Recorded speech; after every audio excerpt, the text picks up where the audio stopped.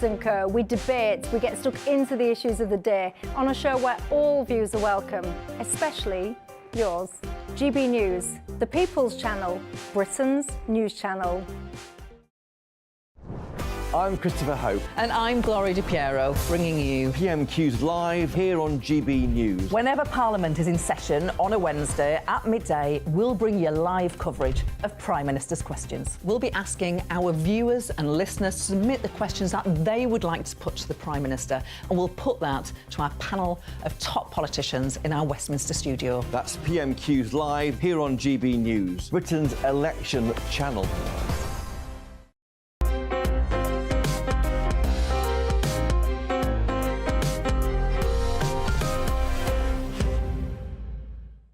Good morning and welcome to Sunday with Michael Portillo. It has been a chilly April and few have better reason to shiver than the Prime Minister of the United Kingdom and the First Minister of Scotland. Despite winning his battle to pass the Rwanda Act, Rishi Sunak's Conservatives yesterday lost an MP who defected to Labour, and they look doomed to be routed in the local elections. Might a party that is in despair even now think of changing leader? I'll ask my political party. Humza Yousaf has broken up the coalition that kept him and the Scottish Nationalists in office. What are the chances that he can survive? And what price might he pay in order to do so? I'll ask the political commentator and journalist Ian McWhirter. Despite Brexit, has Britain become more like France? Comments this week suggest that our country, which used to share some entrepreneurial characteristics with the United States, has become a bloated economy, more Gallic than American. I'll discuss that with former advisor to the Bank of England, Dr. Roger Giewolb. Stefan Kyriazis will, of course, be here to talk about his latest theatrical adventures, from strangers carrying a cake across New York City to an award-winning reimagining of a Tennessee Williams a streetcar named Desire. The curtain rises on all of that again. But first, news headlines with Tatiana Sanchez.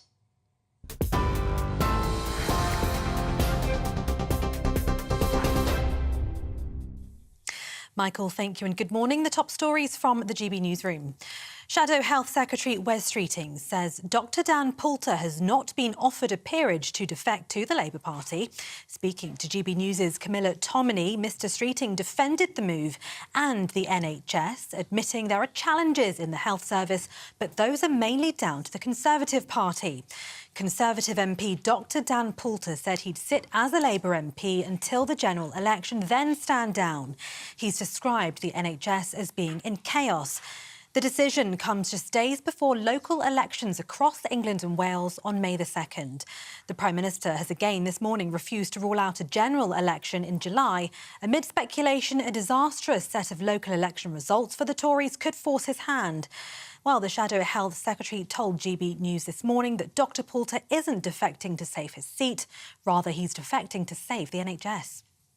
There will be millions of people, disaffected Conservative voters like Dan Poulter out there, who can see the chaos in the Conservative Party, see the failure to deliver, and are looking at the alternative. And I'd ask those people to trust the doctor, who's seen the Conservative Party up close, has seen the changed Labour Party of Keir Starmer up close, and has decided that ultimately we need a Labour government in this country to get our NHS back on its feet, to turn the economy around and to make sure that we can look to the future with hope and optimism again.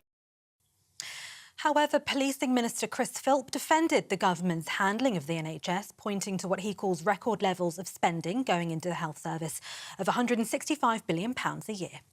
Just in the last year alone, the NHS has grown by 68,000 staff, and there are today 7,000 more doctors and 21,000 more nurses than there were a year ago. And tens of thousands of people each year are fleeing the Welsh-run the Labour-run NHS in Wales to have treatment in England.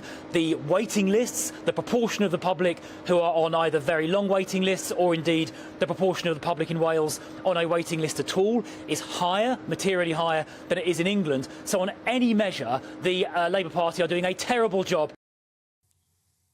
Former Immigration Minister Robert Jenrick has called for a cap on net immigration, claiming a far more restrictive system is needed.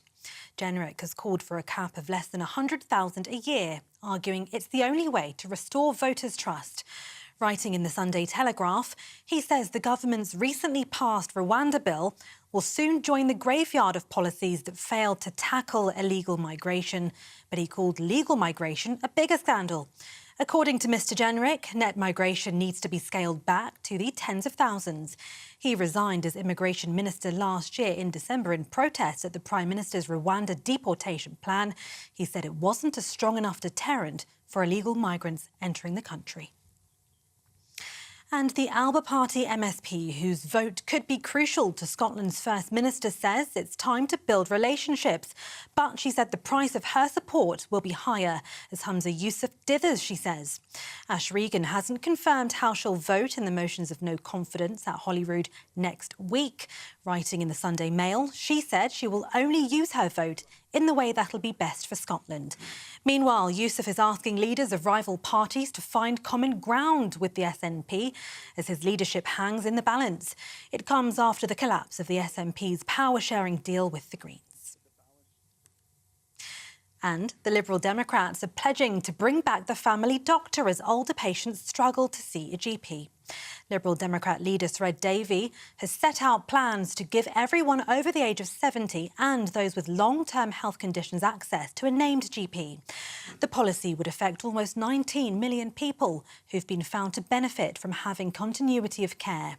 The party pointed to British Medical Journal research showing that people who'd kept the same GP for more than 15 years had a 25% lower chance of dying than those with a GP relationship lasting a year or less. For the latest stories, you can sign up to GB News Alerts by scanning the QR code on your screen, or you can go to gbnews.com/alerts. Now it's back to Michael.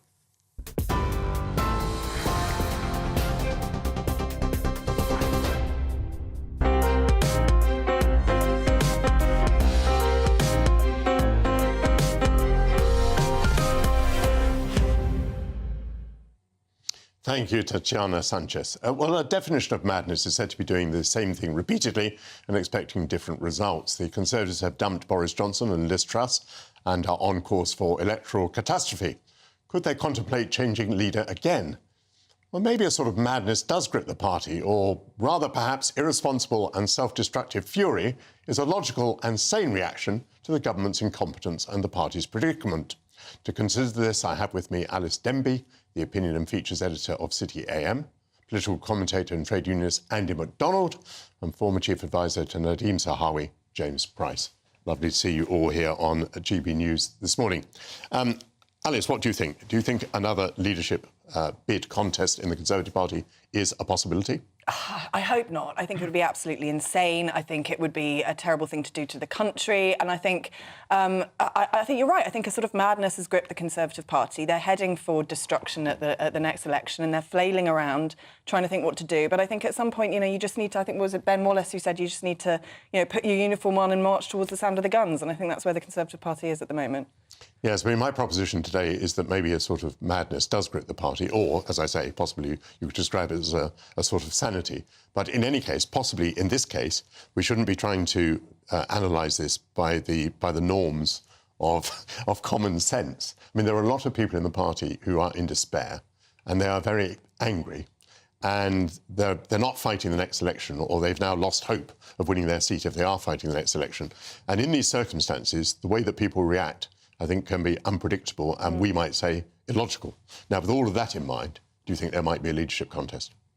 I think the problem is that, as you're saying, they're actually already fighting for the soul of the party in opposition, and the kind of lead contenders in that fight are possibly sort of Kemi Badenoch and Penny Mordaunt. And why would they want to lead the party now into a massive election loss? I think actually the mistake would be to change leader now, put up some sort of hopeless person. When the actual contenders, who are the actual people with kind of ideas who possibly represent more of the future of the party, would stand aside and have no interest in it. So I don't really see the point at this moment of changing leader. No, I mean, that's supposing that the leadership contenders would themselves have any sort of authority in the matter, which I also rather doubt. James, what do you make of this chaos, and do you think that it might lead to another leadership bid? I think that Robert Conquest's third law of politics, the best way to understand how any organisation works is to assume it's run by a cabal of its enemies, right? If you're Keir Starmer right now, you're keeping your mouth shut, you're watching all of this kind of pantomime go on, it's really upsetting. I think part of the problem has been that we've been slightly untethered from conservative ideologies for perhaps too long. There are lots of people who maybe wouldn't have been Conservatives in previous generations, and we see from this guy, Dan Poulter, who we were talking before, I'm not sure I'd ever heard of, frankly, to being described as a top Tory. This is the chap who's defected to Labour, and I think in the process has probably raised the average IQ of both parties. But, you know, when you have these sorts of people being there, how do you know which way to take the country, which direction in which to go? And I think the changing leader isn't going to work. I think we need to be thinking about the kind of ideology that the party needs as well. And it's a real pity for Rishi because he's had a pretty good week. He's finally getting to grips with the kind of explosion of welfare that's seen too many people staying out of work. He's finally realised that the world is becoming a much more unsafe place and is massively pledging to increase defence spending. Some really good Conservative policies that are starting to come through. Have maybe a few more of those, that would be the way to perhaps close the gap and show people an alternative. James, what did you make of the rumour that there might be an announcement of an election tomorrow? I think that this is the difficulty that the Number 10 operation is in, that they're trying to kind of keep the troops in line ahead of the local election results and to sort of threaten that, well, you know, if you try and unseat me, I'll just take us into an election now. But I think it's an attempt at party management more than anything else, which is a problem because it's not good for the country. And it goes back to the fact that not everybody is united in one kind of common ideology. I still think that the election is not going to be until late October, November, and that they'll be hoping that some more of these 5 pledges, 5 priorities will be done. Will we see debt falling? Will we see NHS waiting lists going down and all these sorts of things as well? Because, again, if you've got that, then people will start finally paying attention once an election has been called and going, oh, actually, to be fair, it's looked like a basket case for the last few years, but they said they were going to achieve all these things and they've achieved it. Let's give them a second look. Andy, James was saying that this situation is absolutely ideal for the Labour Party. They're rubbing their hands, enjoying the spectacle very much indeed. That is presumably true. Is that what you would say as well? I think that's an ideal situation. That's what they should be doing. But, you know, as we've seen with a variety of issues over the last few months, whether it's Rosie Duffield and the trans issues or whether it's the ongoing situation in Gaza, the Labour Party keeps speaking and keeps making mistakes, which I think is absolutely dreadful. When Sue Gray joined Keir Starmer's office as the new Labour Party Chief of Staff, everyone said, oh, this is revolutionary, this is going to be huge for the Labour Party. But honestly, there hasn't been that much change of output from the Labour Party. So a lot of the kind of people like me who are members and supporters of the party, but not in the internal workings, are kind of waiting for this Sue Gray effect to come in of Keir Starmer kind of just shutting up and letting the Tories hang themselves. But I think, honestly, Keir Starmer is... It's a weird one with the local elections. The Labour Party are hoping to do quite well in the mayoral and county council elections that are coming up on Thursday. So it's honestly just Keir Starmer just has to wait and see. Yes, I mean, are you seriously worried about these slips that Labour's making? Because it seems that with the amount of noise that the government makes, or the Conservative Party makes, that what the Labour Party does is still not, you know, paid much attention to. But I suppose you might be worried that if we get into a long election campaign, then mistakes being made by the Labour Party could be more consequential. Yes, definitely with the wider electorate, but also with the Labour Party members. A lot of members are those that would go out leafleting, would go out doing the phone banking, all of that. They're to the left of the party. They sympathised a lot with Corbyn. And if we keep making these mistakes on fundamental issues that are they're very passionate about, we won't have people to go out and knock on doors when it's 2 degrees in December at 9 p.m. I think we are, the Labour Party, at a real risk of alienating their own membership base, who will be the kind of foot soldiers in the election whenever it does come. And this is the real tragedy of the situation for the Conservatives. There's no love for Keir Starmer's Labour Party. The Labour Party can't tell you what a woman is. Any policies that it's got, it ends up having to drop. The Adam Smith Institute that I work with did some research about their schools, private schools policy. They want to put that on private schools. It's going to be a disaster when you look at the analysis of it. So they're not coming into the election with any actual policies. And so the Conservatives, if they did put themselves together, they could really do this. And I think that the comparison is perhaps a bit with 2010, where the Labour Party thought, oh, it's hopeless under Gordon Brown and the Tories will sweep us away. In the end, the Tories had a minority administration that then turned into that coalition government. And they said to themselves, God, if we'd have actually rallied around the flag a little bit more, we could have kept the Tories out again. But that's the tragedy. But funnily enough, I've observed the Conservatives implementing lots of Labour policies, like on expats. And I think Starmer mentioned 2.5% as a target for defence spending as a percentage of GDP ahead of the Tories. Let's turn to Scotland, if we can. Alice, what do you think is going to happen? Do you think the First Minister can survive? What kind of debate? What's he going to be asked to do in the coming week? Well, I think you said speaking and making mistakes. I think that's a pretty great way of describing Hamza Yousaf's administration. I think he's in real trouble. I think even if he does survive this upcoming confidence vote, he can't do anything. His whole agenda is sunk, and most of that is his own fault. He's tested terrible policies like the hate crime bill and the gender recognition reforms have been an absolute disaster. He's now relying on his former leadership opponent, Ash Regan, to vote. So she's now represents the Alba Party. She's going to be making some very strong demands, likely around another independence referendum, which again would be a disaster for Scotland. It's no one in Scotland's priority at the moment. So I think even if he does survive, he's dead in the water. He can't do anything. Andy, the Labour Party supported the SNP with the gender recognition legislation, I think with the hate crimes legislation as well. Can Labour reap any benefit from this? Well, I think obviously going after the incumbent party is always to a benefit of an opposition party, but people do have long memories. There are a lot of people who are critical of the SNP's reforms will be thinking, oh well, the Labour Party supported it, people in the Alba Party supported it. A lot of the people who are hoping to replace the SNP did support it. But I think for Anas Sarwar, his support has been growing. There's been a few parliamentary by-elections in Scotland. The Labour Party have done very well in them.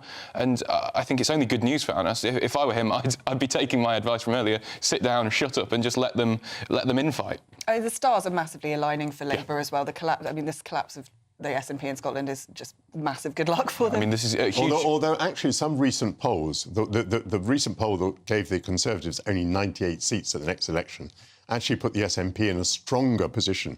This was, using the methodology about the characteristics of people in all the different constituencies. It actually gave a better result for the SNP than other polls have been giving. So we'll see about that. But what's your reaction, James, to what's going on in Scotland? I mean, the Conservatives, now here I think the Conservatives do have quite a strong card to play because they were on the right side of the argument, as I think it's turning out, on the gender recognition bill. Can they gain any credit for that, do you think? I hope so. And it's hard to think of a less sympathetic character than Hamza Yousaf. It's very easy to have a pop at him, and so we probably should.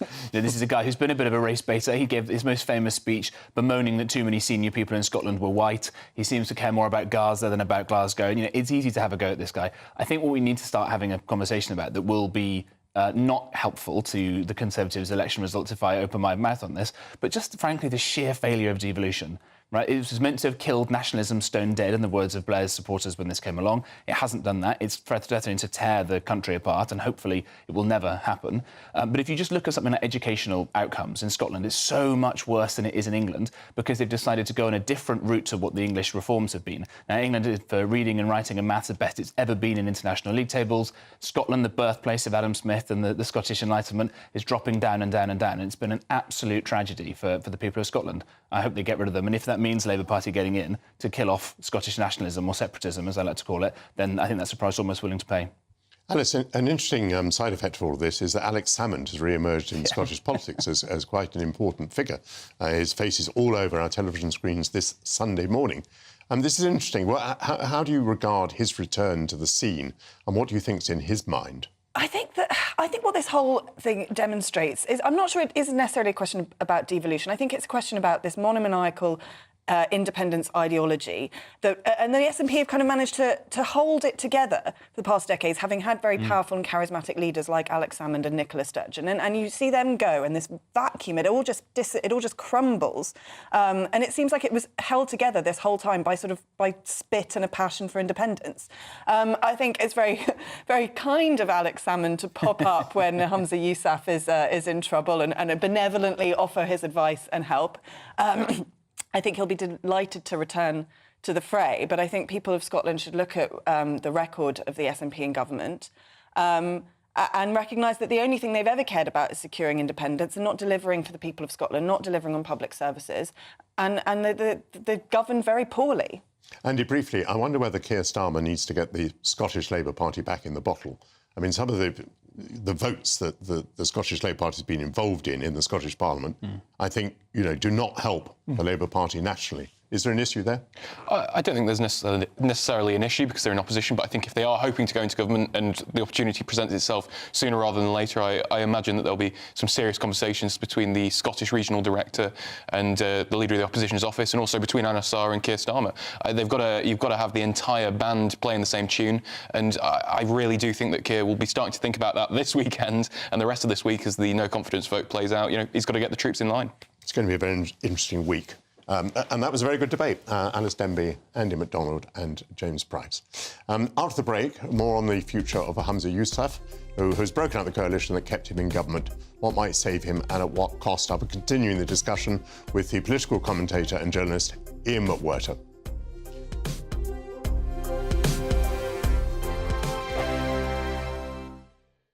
Sir Jacob Rees-Mogg's State of the Nation, Monday to Thursday from 8 p.m. The International Monetary Fund has estimated that Russia will outgrow all advanced economies in 2024. This is in spite of all the sanctions the West has imposed on Russia, in spite of its removal of the SWIFT banking system, in spite of the fact that Germany has almost entirely weaned itself off Russian gas, and in spite of the 50,000 soldiers who have died and the endless resources it has poured into the Ukraine war. So, what are we missing here? Why is Russia going to grow more than the rest of us? Well, it's simple. Russia is willing to make use of its own energy resources to provide abundant supply to its citizens. Increased supply means lower prices, and cheap energy is inextricably linked to economic growth. But since 2008, the United States has grown at twice the rate of the United Kingdom. The big difference is that America has much lower energy prices, while the UK insists on masochistic green policies. But it's no surprise that the Green fanatics in the Scottish government, where they know how to be fanatics, have had to backtrack on their flagship greenhouse gas reduction target. The SNP has committed to reducing Scotland's CO2 emissions by 75% by 2030. Now, the Climate Change Committee has reviewed its policy and advised that the absurd reduction target is out of reach. Can we accept the CCC's recent re-articulation that this Parliament's interim 2030 target is out of reach? We must now act to chart a course to 2045. It is time to recognise the truth that net zero by 2050 is unrealistic and unaffordable. It's time we rid ourselves of this foolish and costly idea that will simply make people cold and poor. We need to prioritise cheap energy for Britain's consumers and for companies, for industry, enabling economic growth that will benefit us all. Are the newspapers getting you down? My wife didn't divorce me that month. Struggling to separate the wheat from the chaff? I know that it's a bit of a circus at the best of times. Well, don't worry. Headliners has got you covered. We'll take the burden of reading the day's news, and if we get depressed, who cares? It's an occupational hazard, frankly. That's Headliners on GB News from 11 p.m. till midnight, and the following morning, 5 till 6 a.m. on GB News, the comedy channel. Nah, just kidding. Britain's news channel. We're GB News, and we come from a proud tradition of British journalism. That's why I'm so excited to be here. It's something so new. The first news channel to be launched in Britain in over 30 years. Launched to represent the views of the British people. To go where other broadcasters refuse to go. How did you find out about the story in the first place? Launched with one aim. To be the fearless champion of Britain. It's an absolutely fantastic atmosphere here. This is GB News. The People's Channel. GB News, Britain's news channel.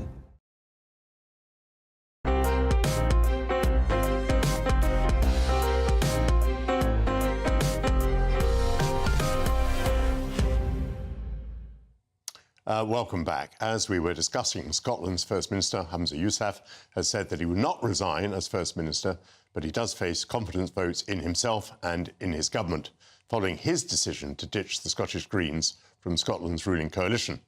After he scrapped the power-sharing deal, the Scottish Greens poured forth bitter words. With no majority, Hamza needs full support from his own party and abstentions or votes from others to survive. Can he make concessions and can he fight on? Joining me is political commentator and journalist Ian McWhirter. Ian, thank you very much for joining us today on GB News. What's the answer to the question? Can he make concessions? Can he hang on? Yeah, he can make concessions because the demands being made by Ash Regan, who is the Alba MSP, who has the casting vote this week in the confidence motion. Her terms, as she's put them to Hamza Yousaf, are pretty vague. She wants more competence in government. Well, yeah, who doesn't? She's called for independence to be made the priority again. And she's wanting a clear sign that he takes women's rights seriously and will abandon the agenda of identity politics, which she initially rebelled against, because when she left the SNP, she was the community safety minister. She rebelled over the gender recognition reform bill, which of course gave self-ID rights to 16-year-olds in Scotland without any medical intervention. So I think Hamza Yousaf is quite capable of getting through that, of making some kind of presentational concessions sufficient to win her vote this week. Because after all, she's a nationalist. It does not look good for a nationalist politician of whatever party be siding with the Tories and Labour to bring down a nationalist, Scottish nationalist government. OK, so that explains, does it, why her terms are fairly easy to meet and fairly vague. Let's just think about the gender question. Might there be a tightening up of what she demands there? I mean, for example, might she want Scotland to commit itself to full understanding, recognition, acceptance of the Cass report on the treatment of children who may be considering switching gender? Yes, she will, because this is a very strong wish of most of the members of the Scottish National Party and many of its MSPs too, not all of them, but most of them. Really, this breakup of the coalition arrangement with the Greens bizarrely did not come over climate change targets, the abandonment of which the Greens supported last week. It came when Patrick Harvie, the co-leader of the Scottish Greens, refused repeatedly to accept the scientific validity of the Cass report and refused to endorse the idea of pausing or banning puberty blockers, these life-changing drugs, to young people. And that really was, I think, the last straw. I think that Hamza Yousaf realised that he could not afford to have this lot in government any longer, and so he unceremoniously showed them the door last Wednesday. I mean, he's been widely criticised for doing that. People say he should have been a lot more gracious about it. Perhaps he could have given them some kind of future as advisors on climate.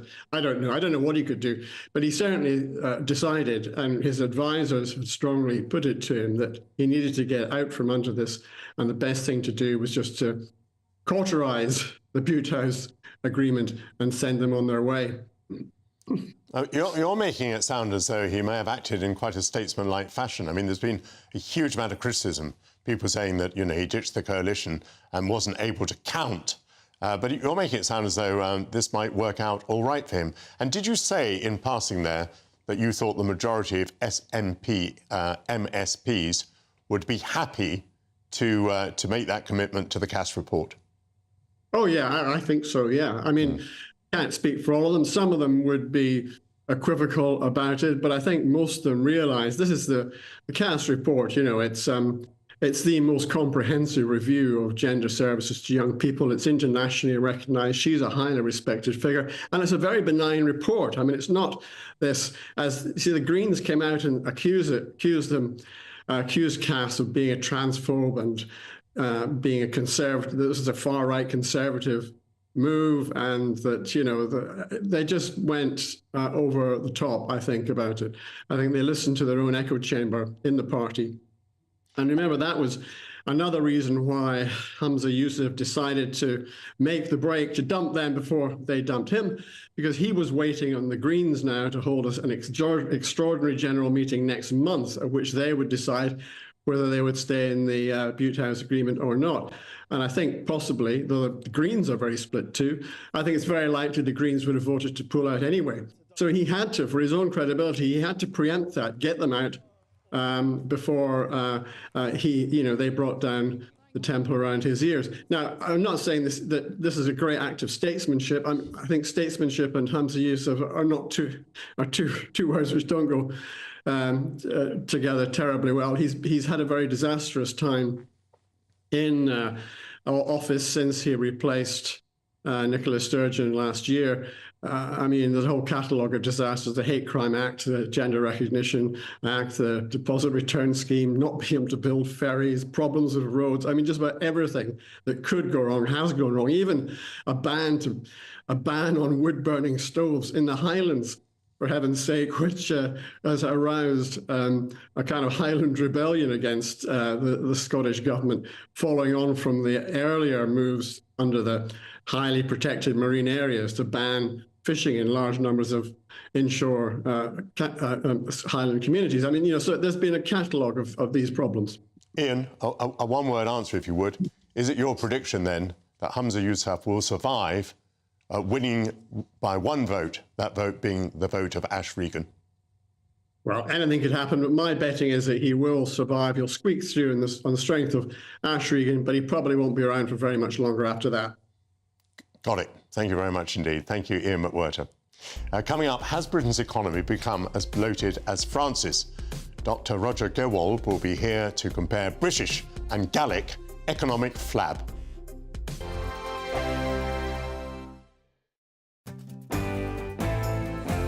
I'm Emily Carver. This is GB News, Britain's news channel. In the GB newsroom, we bring you the news as it happens. With our team of dedicated journalists across the UK, GB News brings you accurate reporting of the day's topical agenda.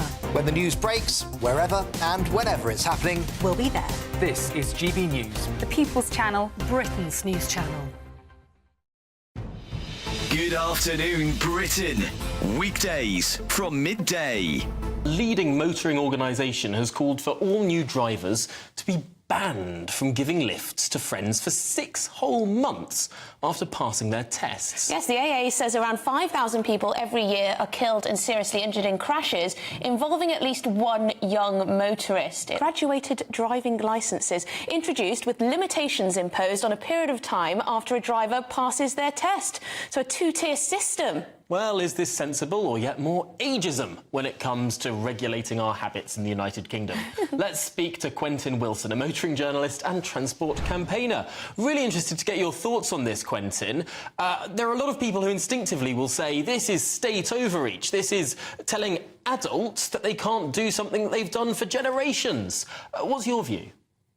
Well, look, the recent accident with the convertible Mini where people were twerking in the back, this is due to driver education. The person in control of that car really should have told the passengers just to buckle up and stay still. We're not teaching kids to drive properly. We expect them to do all this stuff below the dashboard, grinding of gears, hazard perception, positioning of car, in this very, very small time window, when we should be doing it from school age, teaching hazard perception. So I've been a patron of an organisation called Young Driver, who's delivered 1.4 million lessons to 11 to 17-year-olds on private land with ADI qualified instructors with dual controls. And the accident rate for that group is 4%. The national average is 20%.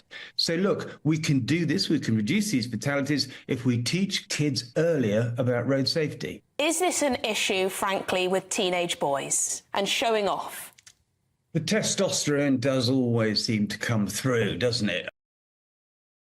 Every Saturday, 10 till 12, we'll bring you all of the news that you need to know. We'll also remind you that there is so much to smile about. It's my favourite time of the week. I get to relax, enjoy some light-hearted stories, and let Ellie teach me about fashion too. That's Saturday Morning Live, every Saturday, 10 till 12. Only on GB News, Britain's news channel. I'm Stephen Dixon, and thanks for joining us on GB News, Britain's news channel.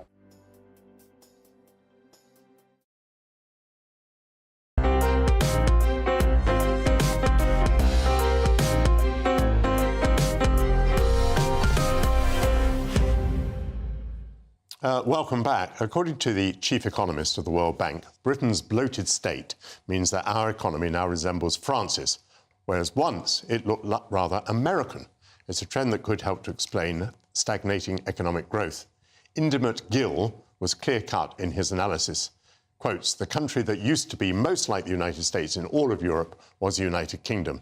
And you guys decided to go and become a lot more like continental Europe. You look like France, not like the United States." End of quote. I'm joined by Dr. Roger Giewolb, a former advisor to the Bank of England. Welcome to GB News, to this programme. Good morning. Well, do you think he's right? Absolutely, yes. The two countries have always been very similar in size, in GDP. France and the United Kingdom. Yes. The problems that they face and the advantage that they have, they've been very, very similar.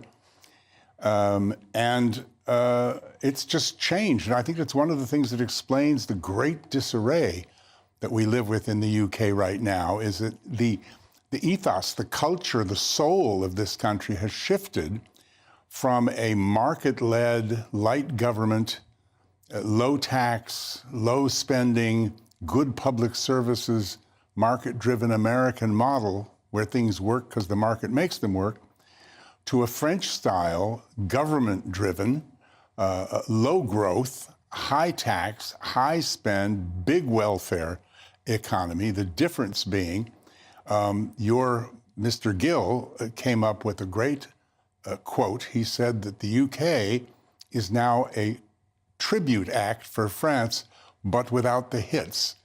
So in other words, we're paying and doing all the same things, and it does look rather bloated, but we're not getting the benefits because so much here doesn't work. For example, I mean, obviously transport works pretty well in France, high-speed trains and so on, and it's said that the health service works better in France. Marvellous, marvellous, just absolutely, yeah. And one thing you didn't mention on the way through there has been the transformation in the levels of deficits and debt. When I was looking back at the graphs, you know, it wasn't all that long ago that Britain's national debt was something like a quarter of GDP. It's now about 100% of GDP. Right. And that makes it very comparable with France.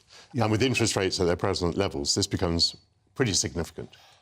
Yes, especially if, like, and this is one of my pet peeves, the governor of the Bank of England, Andrew Bailey, and others insist on paying interest out of one pocket to the other and counting that as real money, and therefore having Mr. Hunt tell us that we're hard up. It's not true. But that's neither here nor there for this discussion. I think a more important figure, not to take away from what you said, but a more important figure is actually the spend as a percentage of GDP. Sure. We've gone from like 39% up to almost 50% during the pandemic. Well, that's understandable. But we're at about 44% now, closer to France's 58%. The States is 36%. So we've gone from 39, stabilising at about 44 over a period of time, spanning the pandemic. Why has all this happened, do you think?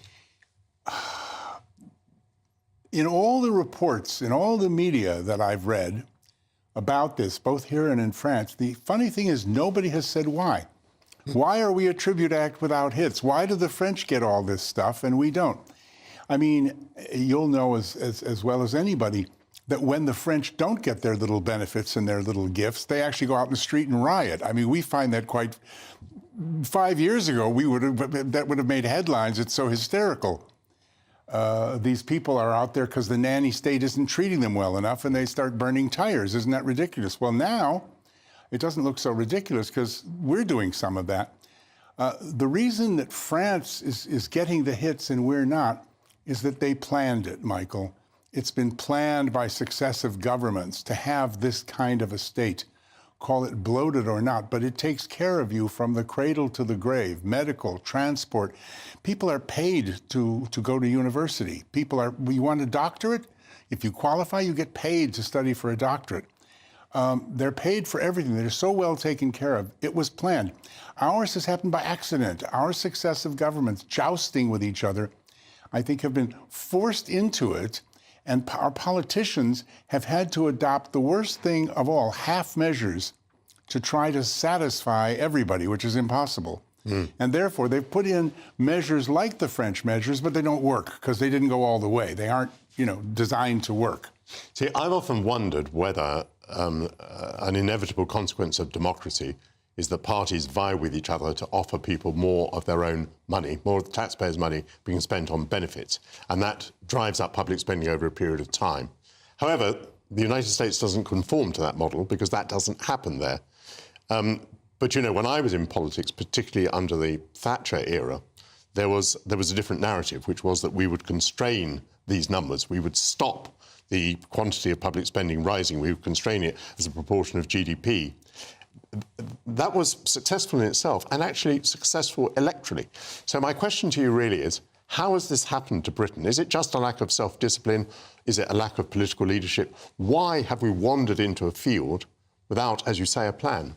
I think you put your finger on both of those. I mean, I do watch from time to time very happily the great lady's speech where she says there is no such thing as public money. That is only taxpayers' money. It's our money, yeah. And I think the question really is answered by both of the things that you've said. I interviewed Nigel Farage some time ago about why we have such poor leadership. And if you Google my surname and Farage, you'll see the video. And his answer was because we have a whole new different class of political leader. They are professional politicians. They aren't Eisenhowers and Trumans and people who did something in life and then wanted to put back. These are, forgive me, they're Oxbridge PPEs who want a career as a politician. That's what it's all about. And they have consequently made the wrong decisions. And that's why we've ended up in this position, I think. Bad judgment. I agree with you up to a point. I mean, the idea that Margaret Thatcher was not a professional politician is, of course, absurd. She came into Parliament in the 1950s. She's an exception to everything. And she only became Prime Minister at the end of the 1970s. So she'd been a professional politician for a very long time before she got power. Indeed, I mean, you might argue that one of the reasons is that people have become Prime Minister when they've had very little experience. Well, yeah, but Nigel's talking about now, but not back then. It was different. Yeah, we didn't have the situation then. But I'm saying the Rishis and even the David Camerons, you know, came into Parliament, became Prime Minister very, very rapidly. Can we be clear that this is doing us harm? Yes, absolutely, because we're paying out the same thing the French are and not getting the benefits because we're so disorganized. So many institutions don't work. I did a program here the other day about universal credit. Just it's a joke. The DWP trying to switch people from the 6 legacy benefits. They don't have the data. They're not sure what's going on. They don't know why people aren't switching. And they're cutting off their benefits. Why would they do that? I mean, they sent me a 67 pounds over and over again for my energy or whatever it was. Why can't they just send them their money? We're just doing things in a very disorganized fashion. We have apparently 150,000 people in the British military, in the forces. And we have a Ministry of Defense with over 60,000 employees. I mean... No, it's absolutely staggering. But just one thought, and briefly, if you would. There are elements of the French economy which are more mixed than ours. We've referred to the health service, which you say is delivering better in France. But actually, it's a more mixed model than ours, which kind of goes slightly against the narrative. Yes, but it was designed and planned and tested and put in action without political parties tearing it apart, fighting between each other. I think that's the difference, is that it's more organized. We can do the same. We can take the new model that we have. I mean, we have to admit that we are now more French than American. We're more European. I guess we miss the EU so much after Brexit that we want to be like them. But I mean, we're now more like our European neighbors than we are like America. America's another universe, and I think we can fix it. An extraordinary paradox and a very interesting discussion. Thank you very much, Dr. Roger Giewolb. Thank you. I'm still ahead. Stefan Kyriazis will be centre stage as we hear about his latest theatrical escapade.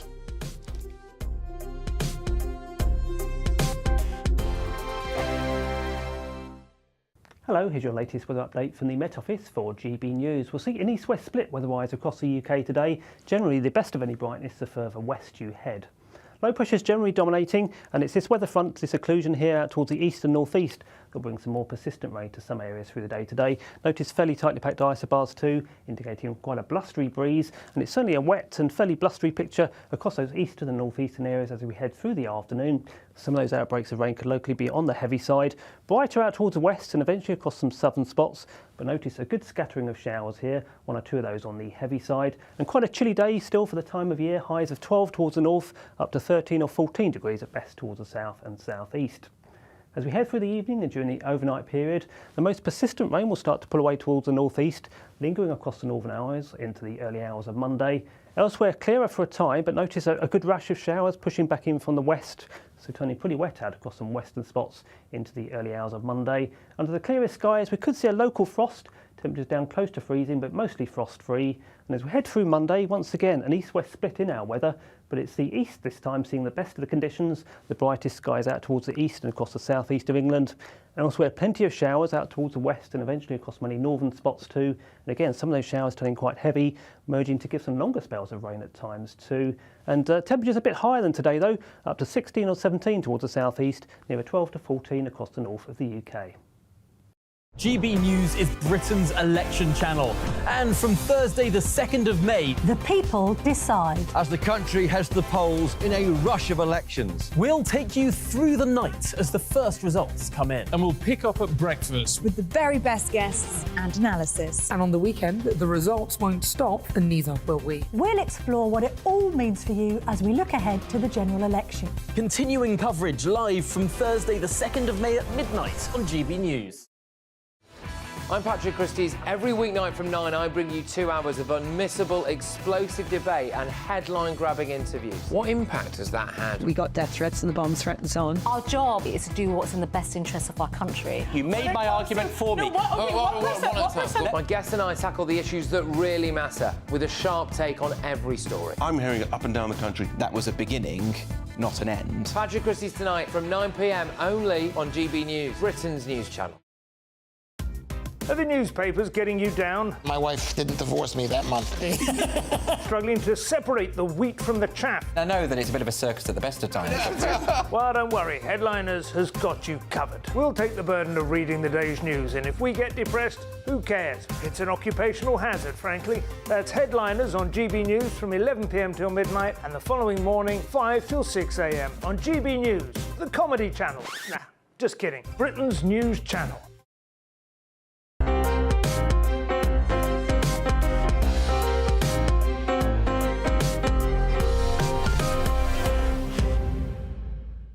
Welcome back. Another busy week for theatregoers, and Stefan Kyriazis, as always, has been one of them. Hello. Hello. Two strangers carrying a cake across New York City. It's a catchy title. Is that actually the title? That is actually the title, with some little brackets in it. It's joyous fun. I don't know if you've ever been caught in a hotel room in your bathrobe and a little Statue of Liberty tiara out of green foam, possibly dancing around the room after the best night of your life. I'm sure you have. I certainly have. And that's just one scene in this play. And it's basically, the two writers are absolutely, it's Jim Barn and Kit Buchan, and they love rom-coms. And they've also pointed out that rom-coms sometimes get a bit of a dirty name, but you know what I'm like. I just want to love something, have fun and enjoy it and relate. So I'm a bit of a sucker for rom-coms. And they've just taken all the tropes.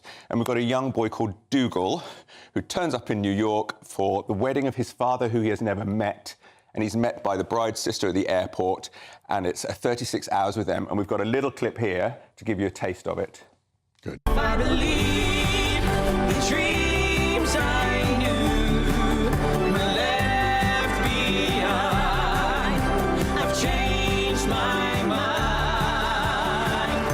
And if this is all the dreams come true. Ooh, not like a lot of five-star reviews. That's a lot of fives, one from me as well. This has come from New York, has it? No. This was actually it's a local production, so it's just transferred into the Criterion Theatre. It was at the Kiln before, and it's on. It was on until July. It's already extended for 6 weeks, just after the first previews and opening night. So there's a lot of audience love for this as well, which is what I want to see. I want to see things that people enjoy. And Sam Tutty, who you saw there in the aforementioned bathrobe, already has an Olivier Award for the lead in Dear Evan Hansen. So hugely talented, still only 26. And his character could be like a field full of red flags. He very much invades personal space. He has very few boundaries. He's a bit clingy. And when he meets the girl who is Robin, she's very standoffish and prickly, New Yorkie, and a bit unhappy about lots of things. So she finds him very inappropriate. But the way that Tutty does it, he's like a golden retriever, a little puppy. He's so adorable. And then underneath all of this, there are little layers of pain and pathos. The first half is just a romp, you know, an Englishman bumbling around New York. And he kind of says, hi, hi, hi to everybody. And he thinks he knows the city because he's watched Home Alone 2 countless times. So he's sure he knows everything already. And yeah, you're smiling. I grinned all the way through the first half. And we were all talking in the interval, and other critics and people I know, and they were like, I haven't stopped smiling. The songs are joyous, poppy. How amazing. There are just two people in it. Yes, both of them. And for once, only playing one role each, not lots of multiple things going on. So we know there's a sister in the background. We know there's something happening to do with the father and why he's never been in touch. And the boy is very much a unit with his mother back home. But it's just these two, and it's their journey. And it's very much a story of you need a change in your life, and sometimes it's the kind of serendipity of rom-coms, just that meet cute. And it's only 36 hours. I won't spoil the ending, but they both absolutely needed each other in that moment. And it's so beautifully done. And the second half really goes a little bit deeper. They both cried. There were little moments where they were both crying. There's a big argument in that very rom-com. They get together, they have a big argument and everything else. And the music's up to it, is it? The music, I think so, is really up to it. It's poppy, it's a little bit pastiche-y. They do a sort of a very musical theatre dance number. They go splashing a black Amex around, which they really shouldn't be using, and just go, oh, and they blow it all on this crazy night. And that set, if you saw there, again, I don't need things to be enormous. I don't need big ideas. I don't need big, crazy sets. It's just 2 piles of luggage. And then the way that it's done, one huge case can actually be used as a hotel bed. They open other ones and they're fridges, or it turns into a Chinese restaurant in Chinatown, and they just bring down a little bit of light or a street light somewhere else. Lovely. Joy, joy, joy, joy, joy. Criterion. That's on at the Criterion, and it's on now until the end of August. So very please catch that. Now, you want to talk a lot about dance today, don't you? Starting with The Sleeping Beauty? So there's lots swirling around. I think we've got some beautiful pictures of this one. So this is The Sleeping Beauty. It's the Birmingham Royal Ballet. It's Sir Peter Wright's beautiful version, and directed, as always, by Carlos Acosta at the moment, who's in charge up there. It's a touring production, but it's sumptuous. And what I wanted to bring up was the fact that there is so much going on around the country in all these touring venues, and often they get a little bit of a bad rap that it's a touring version. It'll be a little bit kind of cheap and cheerful. This is stunning. The curtains, when they go back, the costumes are sumptuous. It's a beautiful, beautiful, beautiful ballet. It has finished. However, Carlos Acosta has got coming up his own show, which is Carmen. That's on at Sadler's Wells. That's one of the treats that are coming up. And Carmen is his new choreography. It's on for 4 days, and I want to highlight that one, because at the moment it's sold out until there's returns or until they extend. But you have to move fast on these touring things. They're only there for 3 or 4 days. We've got another one, Tennessee Williams, Streetcar Named Desire, coming up. And we've got a ballet? A ballet, and we've got a little clip of that one.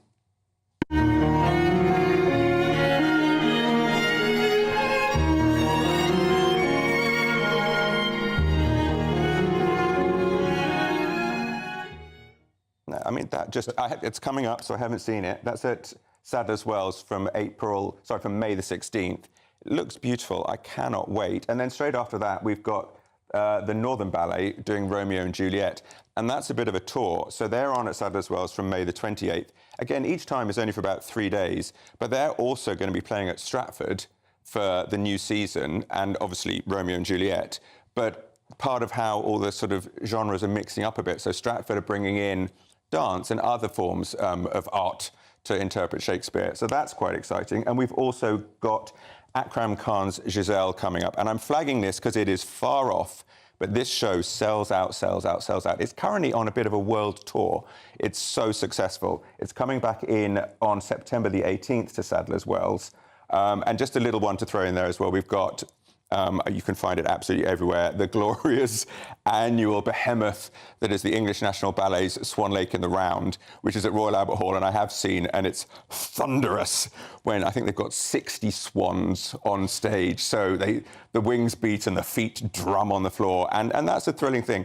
But I just want to say, check all your local theatres, because there's always things going on, and there's always not just comedies or people that you know from TV shows, but there's amazing dance. And I'm a Southampton boy, and every time I go to the Mayflower, I'm thrilled that everybody is there to see interesting things and dance things. You know, people love the breadth of it. So I would thoroughly recommend all of those things. Well, you have a famous passion for dance, and you often come on here and talk about dance. I do. But I cannot believe how much dance you're able to offer us today. That's quite remarkable. We've just got a moment left, and you wanted to raise a political subject. This is one for you. Now, this is Party Games, which is opening up soon in Guildford, I think, on May the 2nd. Now, this is written by Michael McManus, who was at Central Office in the days of Thatcher and Major. Oh, it does ring a bell. Does this... It does ring a bell. So I hope there's no skeletons or little things there. I don't know if you'll pop up in some form there. And it's basically set in 2 years from now, 2026. And there's the country's in disarray. There's a hung parliament and there's a centrist party that are trying to hold it all together with a lot of spin, dodgy data, dodgy AI, and I think apparently the cheesemakers are on strike. I don't know if you ever had to face that in your time, but I thought of that one for you. And that's a huge UK tour that's going on from Guildford on May the 2nd all the way through to Malvern later in the year. Party games. Yes. It sounds like I absolutely have to be there. Thank you very much indeed, Stefan Kyriazis. You are watching Michael Portillo on GB News, Britain's news channel. That concludes the first hour of the programme, but please don't go away. After the break, we'll be discussing the campus clashes taking place across the pond, and I'll be joined by award-winning cellist Julian Lloyd-Webber as he brings to light an Elgar festival, which has lost public funding, apparently because Elgar isn't trendy. And I'll be speaking also to an Iranian human rights activist who's recently returned from her first trip to Israel, whilst her home country launched missiles and drones against it. See you in a moment.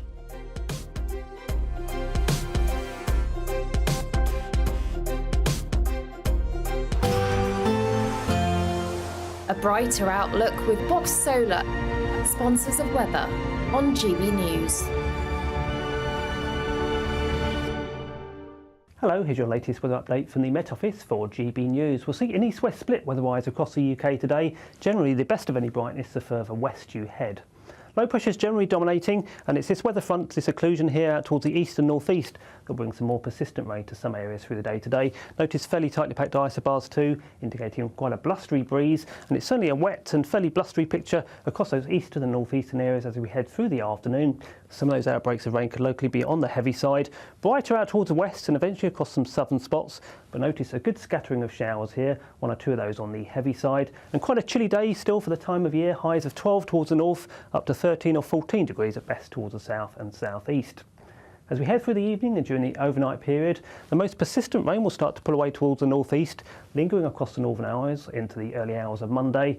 Elsewhere, clearer for a time, but notice a good rash of showers pushing back in from the west, so turning pretty wet out across some western spots into the early hours of Monday. Under the clearest skies, we could see a local frost, temperatures down close to freezing, but mostly frost-free. And as we head through Monday, once again, an east-west split in our weather, but it's the east this time seeing the best of the conditions, the brightest skies out towards the east and across the southeast of England. And elsewhere, plenty of showers out towards the west and eventually across many northern spots too. And again, some of those showers turning quite heavy, merging to give some longer spells of rain at times too. And temperatures a bit higher than today though, up to 16 or 17 towards the southeast, near 12 to 14 across the north of the That warm feeling inside from Boxed Boilers, sponsors of weather on GB News.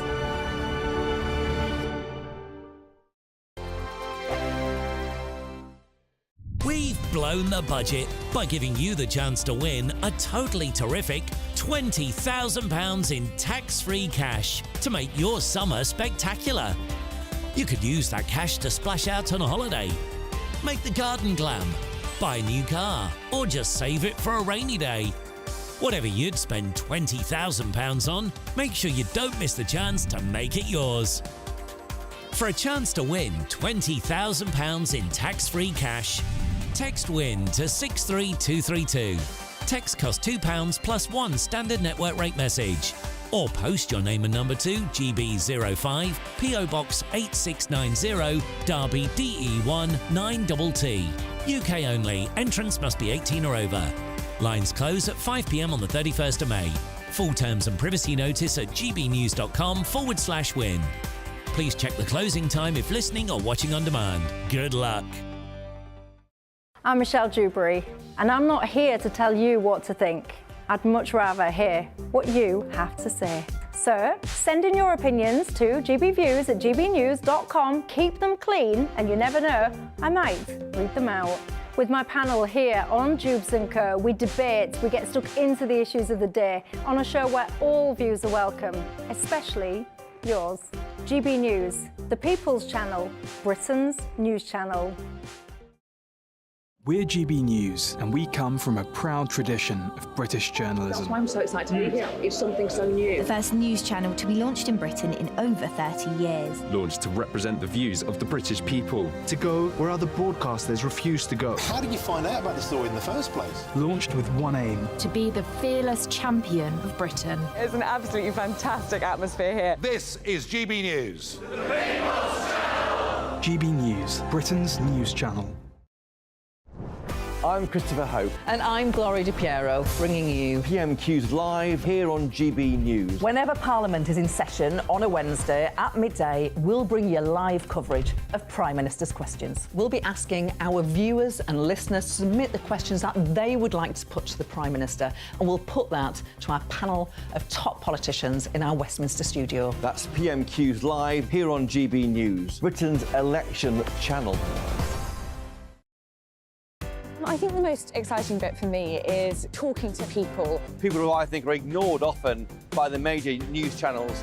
We're going to give news they want to hear. There's a voice there that needs to be heard. I think there's a chance here for a diversity of opinion to be expressed, which you don't find elsewhere. It's really exciting. We don't hold back. We're free to say how decisions that are taken here affect us all around the country. Only on GB News, the People's Channel, Britain's news channel.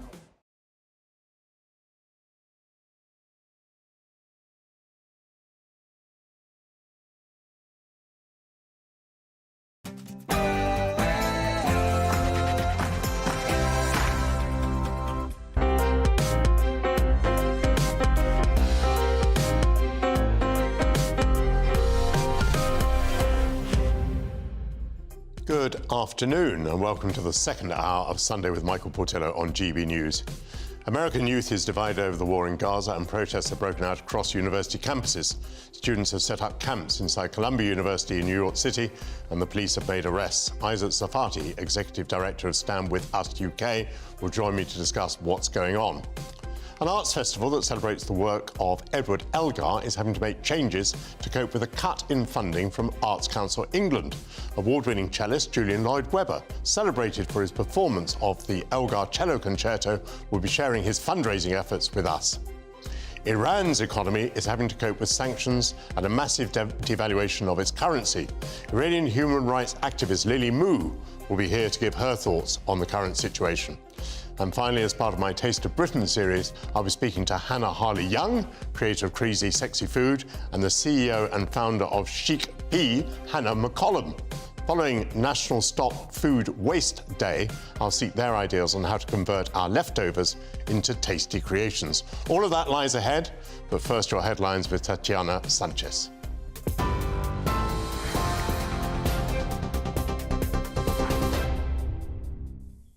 Michael, thank you. The top stories this hour. Shadow Health Secretary Wes Streeting says Dr Dan Poulter has not been offered a peerage to defect to the Labour Party. Speaking to GB News' Camilla Tominey, Mr Streeting defended the move and he also defended the NHS, admitting there are challenges in the health service, but those are mainly down to the Conservative Party. Conservative MP Dr Dan Poulter said he'd sit as a Labour MP until the general election, then stand down. He's described the NHS as being in chaos. The decision comes just days before local elections across England and Wales on May the 2nd. The Prime Minister has again this morning refused to rule out a general election in July. Amid speculation, a disastrous set of local election results for the Tories could force his hand. While Wes Streeting told GB News that Dr Poulter isn't defecting to save his seat, rather he's defecting to save the NHS. There will be millions of people, disaffected Conservative voters like Dan Poulter out there, who can see the chaos in the Conservative Party, see the failure to deliver, and are looking at the alternative. And I'd ask those people to trust the doctor, who's seen the Conservative Party up close, has seen the changed Labour Party of Keir Starmer up close, and has decided that ultimately we need a Labour government in this country to get our NHS back on its feet, to turn the economy around and to make sure that we can look to the future with hope and optimism again. However, Policing Minister Chris Philp defended the government's handling of the NHS, pointing to what he calls record levels of spending. Just in the last year alone, the NHS has grown by 68,000 staff, and there are today 7,000 more doctors and 21,000 more nurses than there were a year ago. And tens of thousands of people each year are fleeing the Welsh-run the Labour-run NHS in Wales to have treatment in England. The waiting lists, the proportion of the public who are on either very long waiting lists or indeed the proportion of the public in Wales on a waiting list at all is higher, materially higher than it is in England. So on any measure, the Labour Party are doing a terrible job. Former Immigration Minister Robert Jenrick has called for a cap on net migration, claiming a far more restrictive system is needed. Jenrick has called for a cap of less than 100,000 a year, arguing it's the only way to restore voters' trust. Writing in the Sunday Telegraph, he says the government's recently passed Rwanda bill will soon join the graveyard of policies that failed to tackle illegal migration, but called legal migration a bigger scandal. According to Mr Jenrick, net migration needs to be scaled back to tens of thousands. He resigned as Immigration Minister last year in protest at the Prime Minister's Rwanda deportation plan. He said it wasn't a strong enough deterrent for illegal migrants entering the country. Last 30 years, politicians of all stripes have promised controlled and reduced immigration only to deliver the opposite. And the public are rightly furious at what's happened. It's placed immense strain on housing, on public services, on community cohesion, and it hasn't improved the economy. What we're proposing is that we return to the tens of thousands, but unlike previously, we have a cap. So Parliament itself votes for a democratic lock, so the public can have a degree of confidence, which they don't have today, that when politicians say these things, they mean it. The Alba Party MSP, whose vote could be crucial to Scotland's First Minister, says it's time to build relationships. But she says the price of her support will be higher as Humza Yousaf dithers, she says. Ash Regan hasn't confirmed how she'll vote in the motions of no confidence at Holyrood, expected to take place in the coming week. Writing in the Sunday Mail, she said she will only use her vote in the way that'll be best for Scotland. Meanwhile, Yousaf is asking leaders of rival parties to find common ground with the SNP as his leadership hangs in the balance. It comes after the collapse of the SNP's power-sharing deal with the Greens. Some breaking news this hour. A second man has died after an unusually strong batch of heroin circulated across North Devon. One man from taking the substance died on Friday, and this second man, who'd earlier been admitted to hospital, died late last night. His death is also believed to be as a result of taking the same substance. A total of 10 people, including the man who died, have been admitted to hospital for treatment. 2 of them remain in hospital. 2 men and 2 women arrested on suspicion of being involved in the supply of a controlled substance have now been released on bail. And in other news, hundreds of Border Force officers at Heathrow Airport will launch a 4-day strike tomorrow in a dispute over working conditions. The Public and Commercial Services Union says more than 300 of its members will walk out from 5 o'clock tomorrow morning until 7 o'clock on Friday.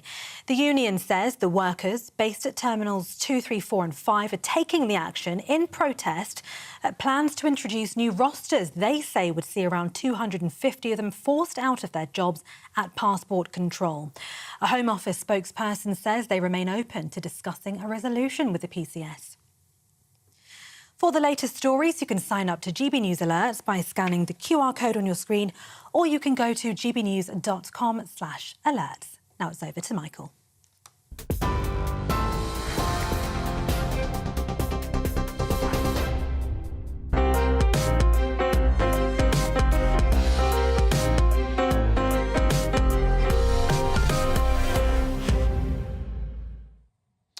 Thank you, Tatiana Sanchez. Tensions have flared across American university campuses this past week, with pro-Palestinian demonstrations which have left university leaders struggling to balance demonstrators' rights to free speech with the need to maintain order and to ensure that other students, in particular Jewish ones, do not feel intimidated. The latest protests, which demand that universities cut ties with organisations that might assist Israel's military, began after police arrested pro-Palestinian demonstrators at Columbia University last week, leading students at more than 20 colleges to put up tent encampments as expressions of solidarity, but in defiance of police warnings.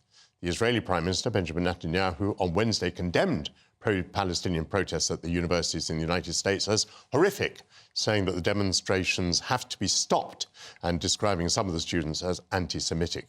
To discuss this, I'm joined by the Executive Director of Stand With Us UK, Isaac Safati. Welcome to GB News. There's nothing very unusual about student unrest, student protest. Certainly happened big time in my day. Why does Benjamin Netanyahu get so excited about this? Why does he think that it's anti-Semitic? Why does he think that it has to be stopped? Because when you test the slogans and you see the sentiment, you see that they are aiming towards Israel as a Jewish state. They are calling to the annihilation of Israel as a Jewish state. When they are chanting river to the sea, Palestine will be free, they mean that the Jewish people should be removed from Israel into I don't know where.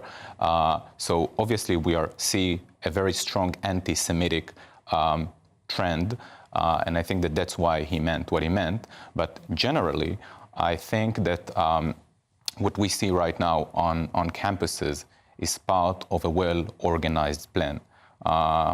We are monitoring the situation on campuses here in the UK for many years, and we saw this growing toxic environment year by year. So, for instance, right after October 7th, hours after the massacre, we saw students in Manchester University and other London universities actually celebrating a slaughter of 1,200,000 people. So I think that right now we are moved to a new phase in what we saw in the last few years. So it is your suggestion that what is happening in these American campuses is organised by somebody or something. Do you want to put your finger on that? Yeah, I think that we can see signs for that. So first of all, when you see the protests on the streets and when you see the protests on campus, you can see that they all holding the same signs, the same design, the same chants, the same flag. So it's well organized in terms of everything that happens around it. And you see the timing, like one might ask himself, October 7th happened half a year ago. Why those protests got to their peak specifically right now? Why not before? Obviously, I think the IDF is already finished the most intense part of the war. Situation is much calmer right now compared to what it was 3 months ago. So why now?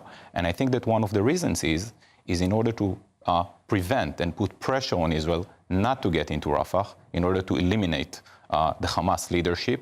And for me, these are signs that those protests are part of a well-organized structure that is meant to put pressure not only on Israel, but also on America, on the United States. That's why I think that those protests are right now, or the extreme phase of those protests are taking place in the United States and not in Germany, in the UK, or any other Western countries. I imagine that few cities in the world have a bigger Jewish population than New York City. So what has been the reaction of the Jewish population in New York to what's happening in Columbia, in the heart of Manhattan? So it's not only the Jewish community, it's also professors, Jewish professors in those universities that are basically prevented from entering campus. And I think that there is a significant problem, not only in the US, but also here in the UK, when universities choose to tackle this situation in a very odd way. And instead of limiting the protesters, the one who are using violence in order to prevent freedom of speech from others, they are trying to minimize the presence of the Jewish professors and the Jewish community. And we see it on the streets here as well in the UK. When there are those rallies around the streets, the police is trying to prevent the Jews from entering those areas instead of allowing them the freedom of movement as it should be. So I think that the way that the governments and the authorities are running this issue is very, very problematic. But what I was getting at was, I can think of few less promising places to hold a pro-Palestinian demonstration than New York City, given its very large Jewish population. So what I'm saying is, the Jewish population of New York City getting organised with its counter-protest? I'm sure they will, by the way. They did it, I think, 3 or 4 months ago when we saw another wave of protests on campus. But we have to bear in mind that those protests are taking place in New York City, regardless the size of the Jewish community there. This is the world stage. These universities are the production line and by the way, every university is a production line of the future leadership of a society.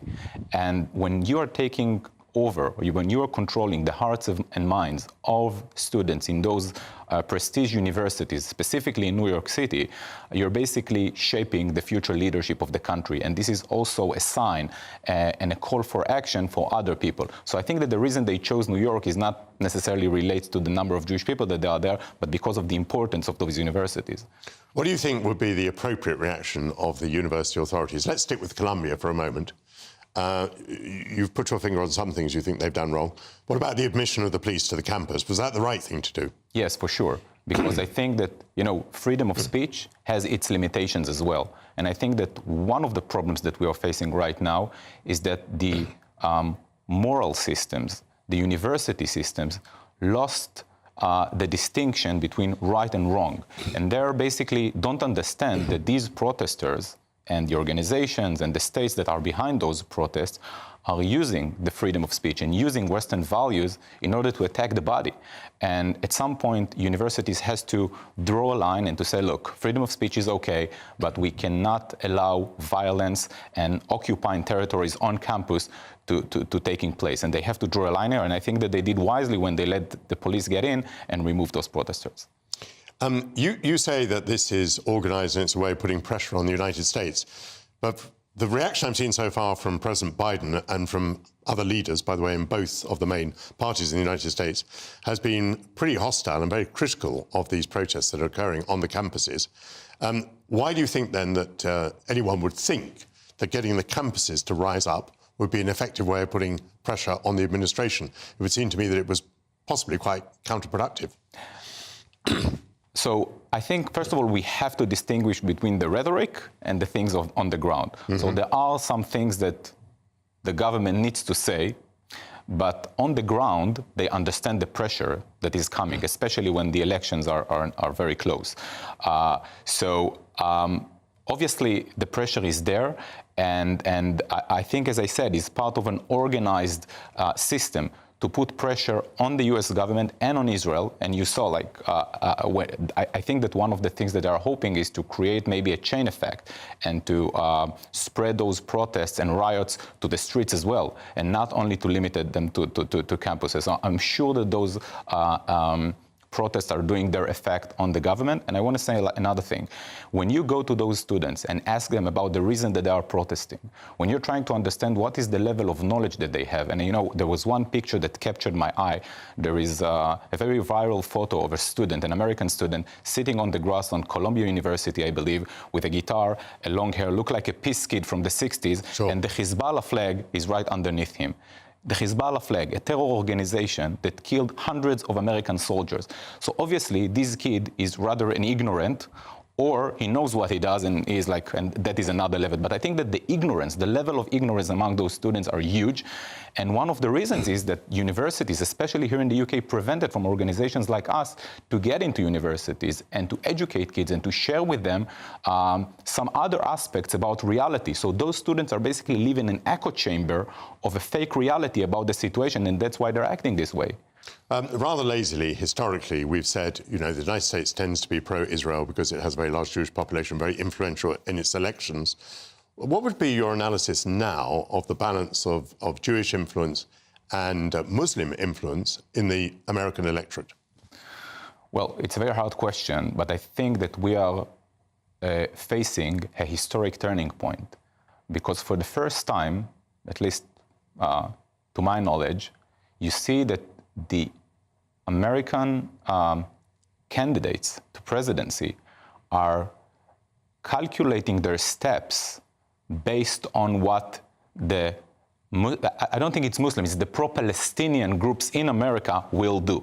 And when you see the president, trying to be very sensitive with regards to his statements and steps towards Israel in the war, mixing with his decisions, that's something very problematic. And I think that we will see it growing and growing in the future. And that's something that we need to be to put our attention on.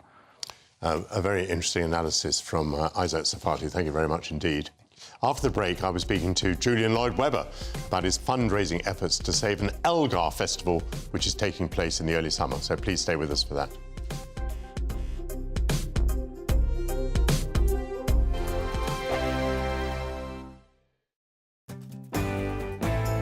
Hello there, I'm Eamon Holmes. Thank you for joining us on GB News, Britain's news channel. In the GB newsroom, we bring you the news as it happens. With our team of dedicated journalists across the UK, GB News brings you accurate reporting of the day's topical agenda. When the news breaks, wherever and whenever it's happening, we'll be there. This is GB News, the People's Channel, Britain's news channel. This is GB News, Britain's news channel. Let's see what you've been saying at home. You're very vexed about these China cyber attacks. Colin says, what the hell is our Secret Service doing? They've only just realised what China's up to. You just couldn't make it up. We could have told you. We knew. We're not surprised. So Colin, we agree with you. Quite why it's taken GCHQ or MI6 or whoever it is, MI5. It'd be MI5 to know what's going on. And Rod has said, thank you, Rod, if you know how you vote, if they know how you vote, coupled with mass data held also on you, do you not believe they can influence your decision-making process in any way? They won't know. I'm not sure they know how you vote because that's not on record anyway, is it? It is not. And Ken says these are only able to be carried out because of computers, internet, mobile phones, etc. It seems to me that these inventions are ruining our lives and therefore we were much safer and much happier without these inventions. There is a school of thought that would agree with that, Ken, very much so. I sort of often think it myself, really. Me too. The dark web. I mean, how many people have been murdered because of the dark web?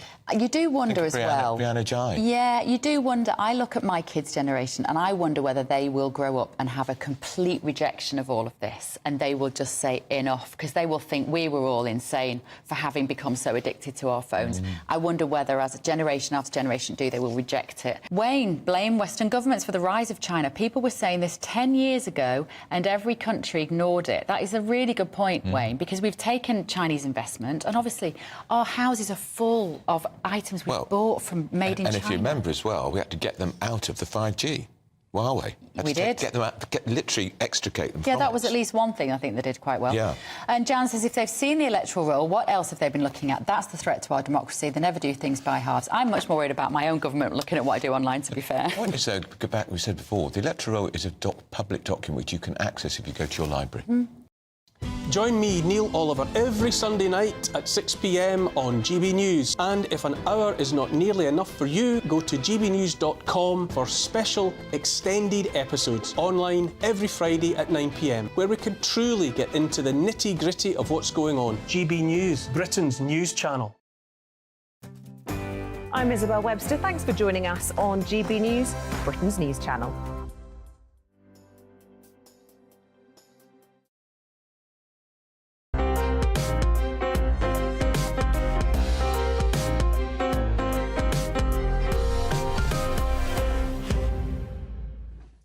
Welcome back. An arts festival which celebrates the work of Edward Elgar is having to make changes to cope with a 40% drop in funding. Arts Council England has been accused of cutting resources for the festival because the event is not trendy enough. A fundraising campaign to save the festival, dedicated to a great Englishman and a great composer, is supported by cellist and award-winning musician Julian Lloyd-Webber. His performance of Elgar's cello concerto won a Brit and was chosen by BBC Music magazine as the finest ever recording. I'm delighted to say that Julian joins me now. Congratulations on all those things that happened a while ago, but to the festival, what has been the impact of the cut of the grant? Well, we don't actually know whether certain events will take place because we need to raise money to subsidise this cut. It's a very strange situation because this festival is in Worcester and the Arts Council have talked that their whole strategy is to move things out to the regions, and some of their decisions are just completely perplexing, and this being one of them for me. I said there that there had been an accusation that it was because Elgar wasn't regarded as trendy. Where does that come from? I mean, that doesn't come from me. I mean, I don't think Elgar's ever been regarded as particularly trendy. But I just find, I mean, obviously, I don't want to sit here and bash the Arts Council. They have over, I think, thousands of applications every year. It must be extremely difficult to decide exactly who gets what. But surely we can afford as a country to, and as an arts council, to have a festival once a year in our possibly greatest composer's birthplace. That surely should just be a priority. Tell me a little bit about the economics of a festival.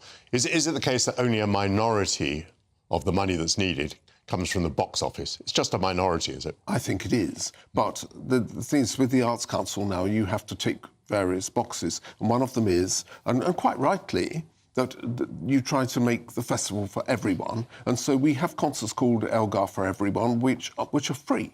And as soon as you get into free, the events cost money and they need subsidy because you can't get that back from the box office.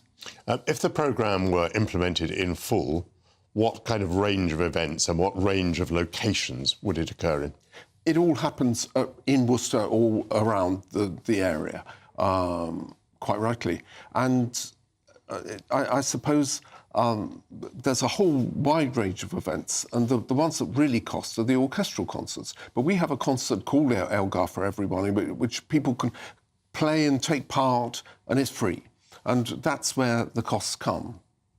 Now, let's talk about Elgar and you. I assume that playing the Elgar Cello Concerto was one of the great moments of your life, one of the great artistic achievements. I imagine you played it many times, but on one occasion you played it twice in a day. I did. That was the 150th anniversary of Elgar's birth in June 2007, and I played it at Worcester Cathedral, I think at 3 o'clock. Had a rehearsal in the Albert Hall at about 5:30, so it wasn't my greenest moment. I'm afraid I helicoptered it, and played the concerto at the Albert Hall, Royal Albert. I mean, those were two places so associated with Elgar that I really, really wanted to make it work and wanted to do it. Tell me about that piece of work. I hope many people may be able to hear it in their minds now as we talk about it. I think of it as an extraordinarily emotional piece. I mean, really, it seizes you as a listener. It really is. What does the piece mean to you? Everything, really. It encompasses the whole range of human emotions, and I think that's what Elgar, as a composer, could do. He's far more than the tub-thumping Land of Hope and Glory that some people might have that image of him, but he was far, far more than that, a very complex man, which is why literally hundreds of books about different aspects of him and his life and his music have been written, and they're still coming today. He was a fascinating character. What's your memory of playing on the 150th anniversary in Worcester Cathedral? Well, it started up, I mean, in Worcester. I'll tell you something funny happened on the morning. I was at breakfast, I'd come up the night before, in the nearest hotel to the cathedral over the road, and I said, I had my egg and bacon, I said, can I have some Worcester sauce? And the East European lady had no idea what I was talking about. I said, it's made down the road, you know, it still is. That was a funny word. So I'm dodging the question here. It was a wonderful experience. And to play it twice was, too, because the adrenaline kicks in and it sees you through. And to play in places where, of course, Elgar had conducted himself many times, wonderful feeling. And how was it that it won the Brit? I mean, I don't know how the selection is made for the Brit. Nor do I. This was a while ago. I made a recording with Lord Menuhin conducting, and Menuhin had made a legendary recording of the Elgar's violin concerto with Elgar conducting when he was 16. Yes, I remember seeing the photograph of the two of them on the record sleeve. That's it. Absolutely extraordinary. And so Menuhin was conducting as you played. That's extraordinary. Yes, it was. I sort of felt a musical grandson of Elgar, and well, it was well received. That's all I can say. And why do you assess him as perhaps our greatest English or British composer? I'm not quite sure which you're saying, English or British. Let's say English for the moment. Let's say British, because we have to be honest and say we haven't produced that many what would globally be called great composers, and Elgar's music is performed internationally. Cello Concerto being possibly the most played, Enigma Variations, lots of other pieces. He's a very, very great composer, and I think we should be able to celebrate his music once a year in his home city. And what does it mean to the home city? Do you get a tremendous amount of local support? Yes. I think people are very proud of Elgar. He was very proud of Worcester and the whole surrounding country. It's the basis of his music. Those beautiful Malvern Hills, undulating music. It's not urban, it is country. Yeah. What are you having to do to try and raise money? I mean, I guess you're in a bit of a flap because this is... Well, it just this means is the summer coming up. Yeah, I mean, if we don't get funding, and people have been trying to support locally and all over the world, actually, I suppose just some events will be cut, and that's a great shame because the festival has made great strides in trying to really open it up, make it for everyone, and I think we should be able to do that in this country for one of our great composers. Shifting the subject a little bit, you've often been on this programme before, very often on the subject of promoting young musicians. Mm-hmm. And you made a series of little films for us in which young musicians appeared. Yes. How are those efforts continuing? And what's your state of morale? What do you think of the British music scene as you see youth coming through? Well, the youth coming through is terrific. The British music scene has its challenges, and arts, funding is at the basis of that. But I think the scene is absolutely vibrant. In fact, one of those young musicians that we talked about on this programme, Esther Abrami, she's taking part in the Elgar for Everyone concert.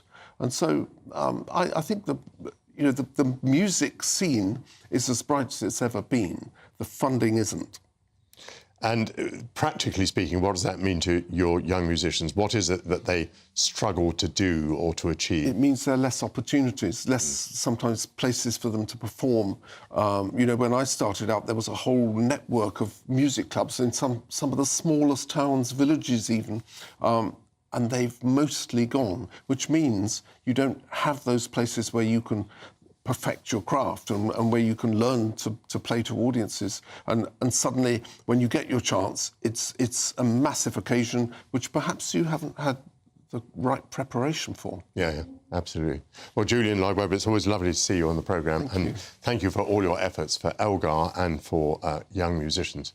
In a few moments, we're going to be turning to Iran as a rising number of Iranian politicians, media outlets and senior clerics are voicing criticism of the government's handling of the country's worsening economic crisis. With inflation at more than 30%, the Iranian people are facing increasingly difficult conditions. I'll be joined by the Iranian human rights activist Lily Mu. First, your news headlines with Tatiana Sanchez.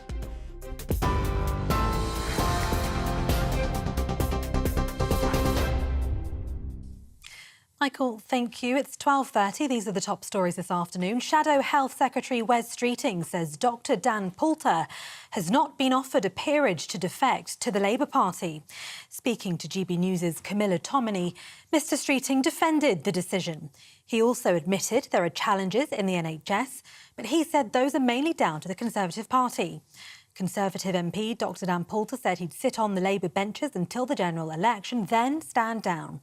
The decision comes just days before local elections across England and Wales on the 2nd of May. The Prime Minister has again this morning refused to rule out a general election in July. Amid speculation, a disastrous set of local election results for the Tories could force his hand.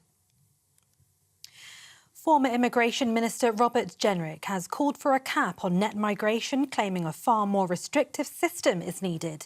Jenrick has called for a cap of less than 100,000 a year, arguing that's the only way to restore voters' trust.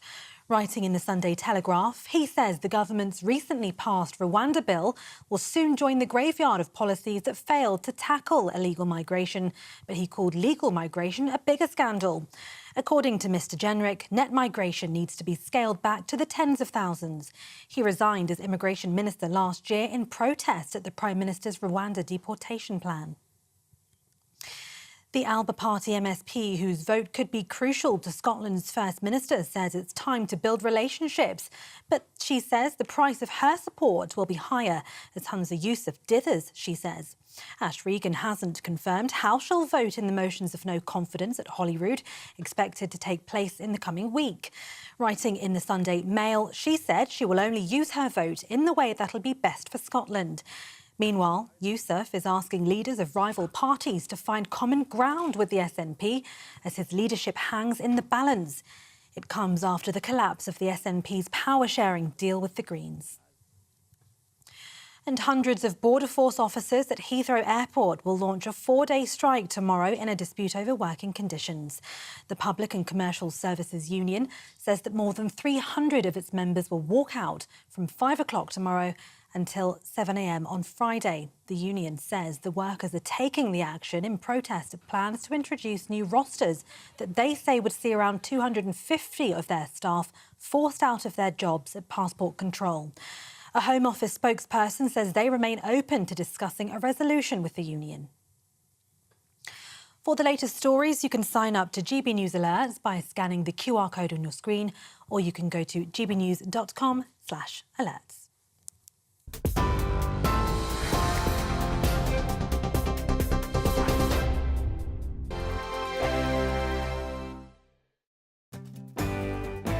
I'm Bev Turner. Thank you for joining us on GB News, the People's Channel, Britain's news channel. Every Saturday, 10 till 12, we'll bring you all of the news that you need to know. We'll also remind you that there is so much to smile about. It's my favourite time of the week. I get to relax, enjoy some light-hearted stories, and let Ellie teach me about fashion too. That's Saturday Morning Live, every Saturday, 10 till 12. Only on GB News, Britain's news channel.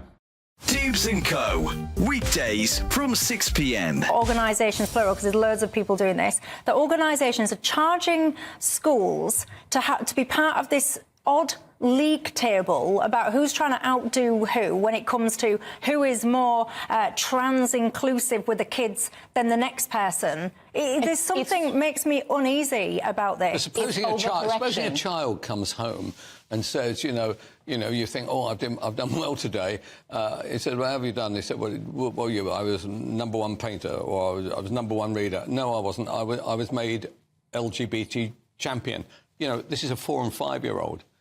Look, I can understand this, actually, as we develop into the secondary school. I can understand more debates taking place. I cannot understand why we have to thrust it at young children. And I think if you ask the parents, they'd be hostile to it. And what about the role the teacher has to play in all this? Society has been one way, the pendulum is swinging the other way, and they're pushing it very far in order to kind of proliferate change. Mm-hmm. And this is probably the toughest period in that evolutionary process, because the LGBTQ plus community is saying that you've got to really rage against the machine to get people to listen. Because put it like this now, even this conversation, the whole country is listening, the whole world is listening. These are the kinds of eyeballs and ears they haven't had before. And there's going to be friction. There's going to be a locking of heads in the process to getting to a point where you establish a new equilibrium where they feel more incorporated. Like I've said, the greatest force of allies that the LGBTQ plus community has always had is heterosexual women.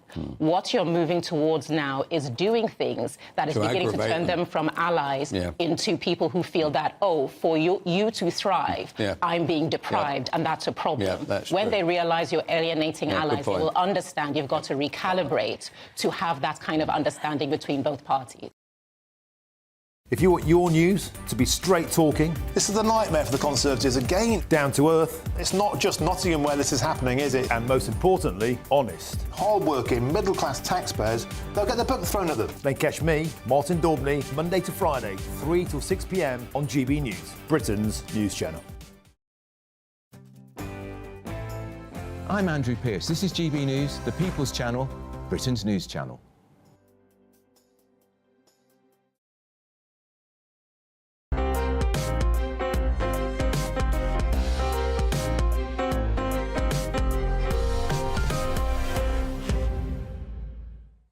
Welcome back. Iranian politicians, media outlets and senior clerics are voicing criticism of the government's handling of Iran's worsening economic crisis. With inflation at over 30%, the Iranian people do face difficult conditions.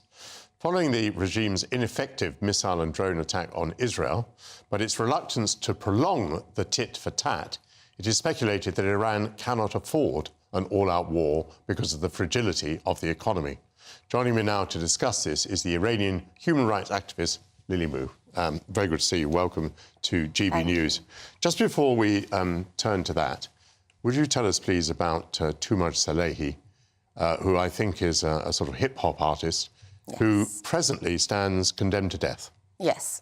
Thank you, Michael, for having me on this rainy Sunday afternoon. Tumaj Salehi. Tumaj is a civilian artist who spoke up against the Islamic Republic, and he stood with the people of Iran when they started their uprising in the November of 2019, when we had the bloody November. 3,500 Iranians were murdered at the hand of the Islamic Republic in a very similar manner as October 7th.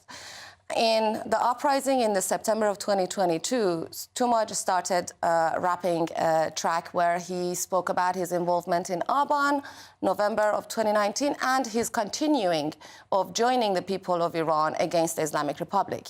Since then, he's been brutalized and kidnapped into unknown custodies.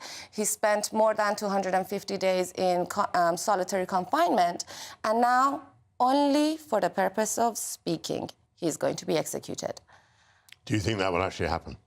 It's already happened. Not too much, but this act has already taken place. Since the September of 2022, we had Mohsen Shekari, the first ever executee of this uprising, for just being out in the street. A 16-year-old was executed for setting bin to a fire.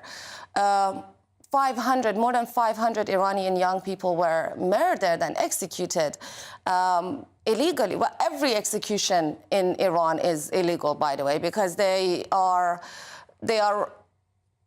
executing on the cause that the law is you have waged war against God. Which God put that law? Does this uprising, this revolt, continue? Absolutely. This uprising... What form does it take now? In the form of not wearing the hijab, the compulsory hijab. People are not currently experiencing new freedoms in Iran. It's not that, women are walking out without their hijab and they're not getting any consequences. The hijab penalty charge is 3 times higher than a penalty charge for cause of crash and death. In Iran, causing death in an accident. So if you have to pay a compensation to whoever is taking you to court for the right reason, for not wearing the compulsory hijab, you would be fined ridiculous amounts in $300,000. It's $1 at the moment in Iran is about 70,000 Iranian toman.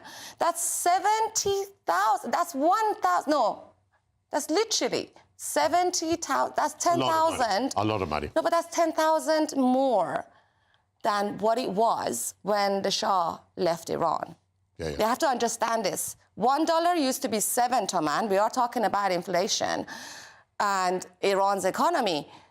At the moment, $1 is more than 70,000 toman. I've got you. The absolute collapse of the currency over a period of time. Absolute collapse. What are the consequences of that for the population? And also, we're talking about a very high inflation rate. So one thing we need to realize is that the Islamic Republic's rulers are billionaires, and they are imposing a forced poverty on the nation of Iran, on the people of Iran, as they are holding them hostage. The Iranians are not citizens and civilians of a free nation. They are held hostage in a country which does not allow them to travel, which forces them to vote for sham elections, and they are in a state of poverty when they are working hard, multiple jobs in each family, and they're still not making ends meet. Do you think that Iran is incapable of fighting a war with Israel at the moment because of the state of its economy? I want to first, I apologize for doing this. I want to correct you on this. Iran is the people of Iran. The Islamic Republic is the captor of Iran. And the captors of Iran who have destroyed the economy of Iran are not capable of fighting a war for 2 reasons. One, a family in poverty is not willing to fight for a country that's destroyed them, but they are willing to fight to keep their nation. And they are fighting against the government. If Iranians are given arms to fight against Israel, they will not use those arms against Israel. They will use them against the IRGC that has been holding them hostage. And that is why in Iran, people are not given any sort of encouragement to go to war. The IRGC is getting encouragement and all kinds of slogans, but no, where is their movement? Where are the buses of all of these IRGC supporters of Palestine going to Gaza? Where are they? They're not existing. They're only speaking and in spewing violence and destruction and disorder in the whole of the Middle East while oppressing Iranians. So, if they issued weapons to the people who say that people would use those weapons against the regime... Absolutely. But is it also the case, do you think, that the economy is just too weak to go to war? Absolutely. The thing is, it's not about sanctions. It's not about foreign movements against Iran's economy. The Islamic Republic has collapsed Iran's economy by stealing, by corruption, and by only causing breaking bridges with the international community. Now, it shocks me that the international community is still shaking hands with these mullahs. Mullahs are not equipped to run a country. They are not educated enough to run a country, and they are not educated enough to speak with world leaders. So please, stop treating them like they are. A clear message from Lily Moo, and thank you very much for being on the programme. After the break, can your leftovers, food that's about to be thrown away, be turned into culinary delights? I'll be joined by two Hannahs who believe they can convince us that waste is the way forward. Stay with us, please.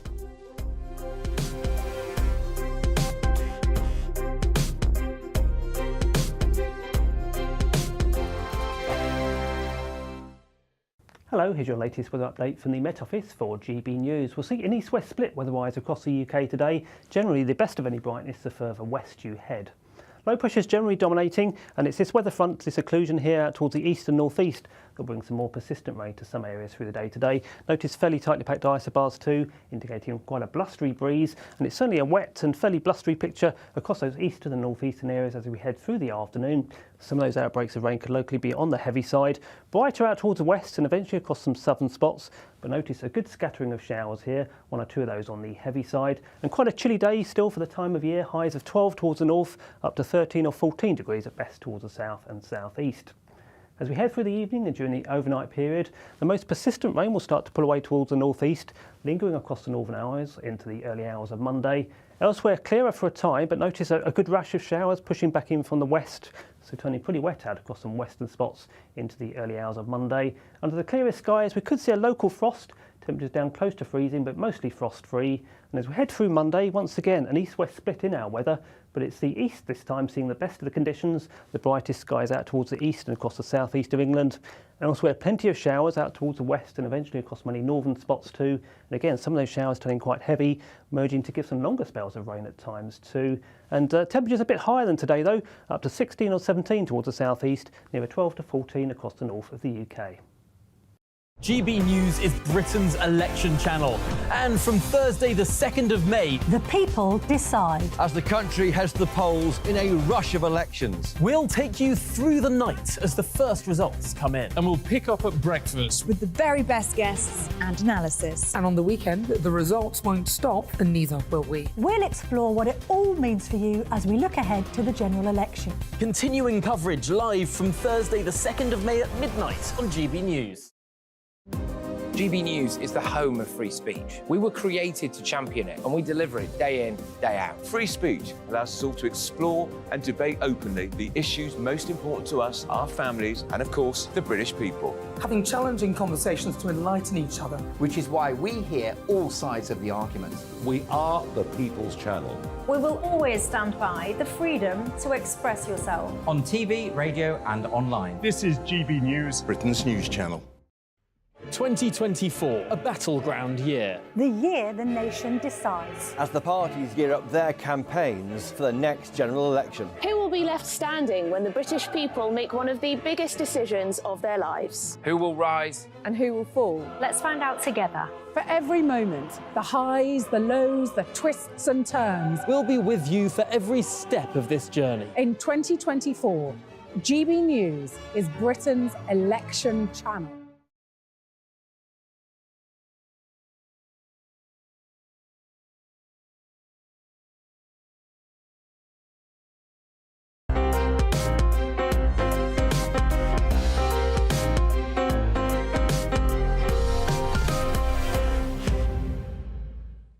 Welcome back. Earlier this week, we marked National Stop Food Waste Day. Across the globe, a third of all food that is produced is thrown away.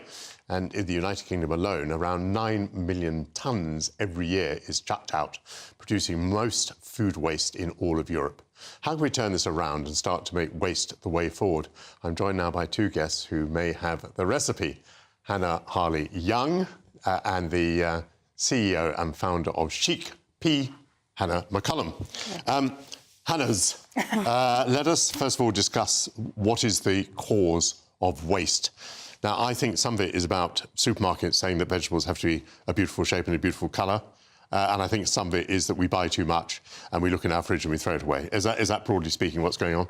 Yes, I think that's very correct. But also, it's across the whole supply chain. So from farm gate, farms, throwing away a lot of food on the farms because it gets rejected by supermarkets, then waste at the supermarkets, end of day, use by dates, a massive problem with short shelf life, and then household waste is a massive issue where I think it's 6 meals a week is the estimated amount of meals that families waste. And also behind the scenes hugely in the kind of food service world, which is events. Yeah. So much food produced, don't want to run out, and masses of pre-cooked meals. Hannah, best before. Yes. Tell me about that. Well, I mean, me just as much as everyone else, there's a big difference between a best before date and a use by date. And I'm going to sort of demystify it. So essentially, a best before date is the period during which the manufacturer guarantees that your fruit and vegetables are at their optimum quality. They're vibrant, they're fresh, they look good, they smell good, but you can still eat them past the said date. But for me, I like to look at, I like to call it courgette theory. I've coined this term. I love courgettes. I always have them in my fridge. I think they're really versatile. If the endy bit of it has gone a bit mouldy, I'll chop that bit off. I look at the rest. I'm using my common sense. Does it look OK? Does it smell OK? Have a little nibble. Does it taste all right? It's fine to eat. Good for you. But what we really... Riskier with meat and fish?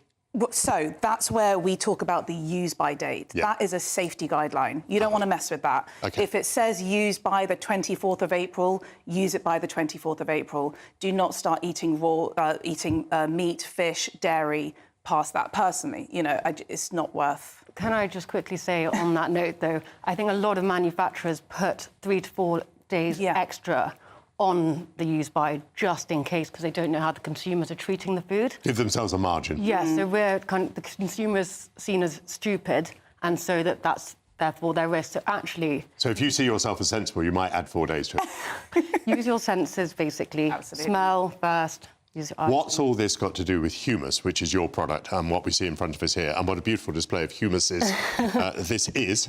But how are the two connected? I did a lot of work in events and hospitality and saw colossal amounts of food go to waste, and I was very passionate about British farming, and at the time there was a lot about Hugh Fearnley-Whittingstall and his documentary where farmers were going under because a lot of their vegetables were going to waste due to non-aesthetically pleasing produce. And so I wanted to raise awareness. I'm a private chef and was always turning my leftovers into dips and hummus. And so it was a way of educating the consumers about ways to use waste and leftovers. And also we started by using lots of surplus from London. So, for example, this velvety humus, yes, you would have used vegetables that might otherwise have gone to waste. Well, that's the newest one, which doesn't have the vegetables, but the spinach and parsley and the beetroot and horseradish. When I was going around wholesale markets, there was a lot of beetroot bags which were sometimes cracked open, therefore they wouldn't be sold, or they were too large, and spinach and parsley bruise very easily, and so the shelf life is a lot shorter, so they were just being discarded. So I would take it all and make hummus. And that is absolutely marvellous. Hannah, my goodness, What have you got here? For Okay. instance, that is very, very intriguing. Yes. Would you like to describe that to me? Well, that looks like 2 hot cross buns. It is. Sitting in a dish that is warm. I know. I bring everything nice and heated up for you. You do brilliantly. So I've just I'm not reinventing the wheel here. I'm just showcasing 3 dishes that you can make with leftovers. And it's interesting that you picked up this one first. This is a take on a bread and butter pudding. And the actual history of the bread and butter pudding, which is sort of stems from the 11th century, is the whole idea is that they were using up the leftover stale bread. Surely. And if you look at any recipe for bread and butter pudding, it actually says stale bread, because that's what it's got, slightly more density, it's a bit more structured to sit in the custard and soak for 30 minutes before you put it into the oven. But this is just an example that you can use pastries, you could use croissants, you could use panettone. Would you mind passing me a spoon? Here we go. This has got a bit of marmalade put into it as well, and I've put some cream. Did you put some custard in there as well? Oh, there's custard, there's everything, all the good stuff. That is phenomenal. Because you got all the taste of the cinnamon from the hot cross bun. And then these 2 are just really simple sort of dinner ideas. This is a great idea for using up leftover roast chicken. Today is Sunday. Everyone's making their roasts, I'm sure. So what have you done to your roast chicken? So I've just pulled all the remaining bits off the carcass. And remember, the carcass you can also use. Cook that off and make a nice stock. And I've made a bit of an Asian-inspired fried rice, and I've just sort of flavoured it with some garlic, ginger, chilli. Have a little taste of that, some coriander. I will. I probably shouldn't have eaten this after the cinnamon bun, but never mind. First. What do we think? Easy. You've done such a good job. And then this one is what I like to call the green goddess pasta. And this is a great idea for using up bits of vegetables in the fridge. You sort of I've cooked down a bit of kale, leek, the good old courgette, and then I've put it into a blender. I cooked off it with an onion and garlic, in a blender with some parmesan and some milk. And what's great about this sauce is that I make a load of it and then I put it into the freezer. So I've got 2-3 meals out of that. That's a brilliant pesto, more or less. Yes. And it's amazing to think that might have gone to waste. So what's the message to people? I mean, food waste matters, doesn't it? Food waste matters hugely. I think a third of the world's food production is wasted, which is a massive addition to greenhouse emissions. It's 8 to 10%. And we can all do something about it. Yeah. Either by buying your lovely humuses or by following Hannah, your lovely tips. Thank you very much, Hannah Harley-Young and Hannah McCollum. Indeed, thank you to all my guests who've come in today on a Sunday or talked to me from their homes.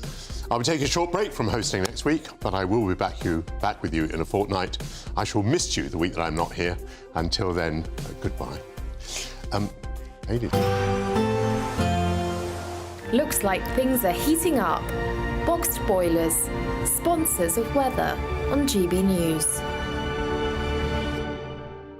Hello, here's your latest weather update from the Met Office for GB News. We'll see an east-west split weather-wise across the UK today. Generally, the best of any brightness the further west you head. Low pressure is generally dominating, and it's this weather front, this occlusion here out towards the east and northeast that brings some more persistent rain to some areas through the day today. Notice fairly tightly packed isobars too, indicating quite a blustery breeze, and it's certainly a wet and fairly blustery picture across those eastern and northeastern areas as we head through the afternoon. Some of those outbreaks of rain could locally be on the heavy side, brighter out towards the west and eventually across some southern spots, but notice a good scattering of showers here, 1 or 2 of those on the heavy side, and quite a chilly day still for the time of year, highs of 12 towards the north, up to 13 or 14 degrees at best towards the south and southeast. As we head through the evening and during the overnight period, the most persistent rain will start to pull away towards the northeast, lingering across the northern hours into the early hours of Monday.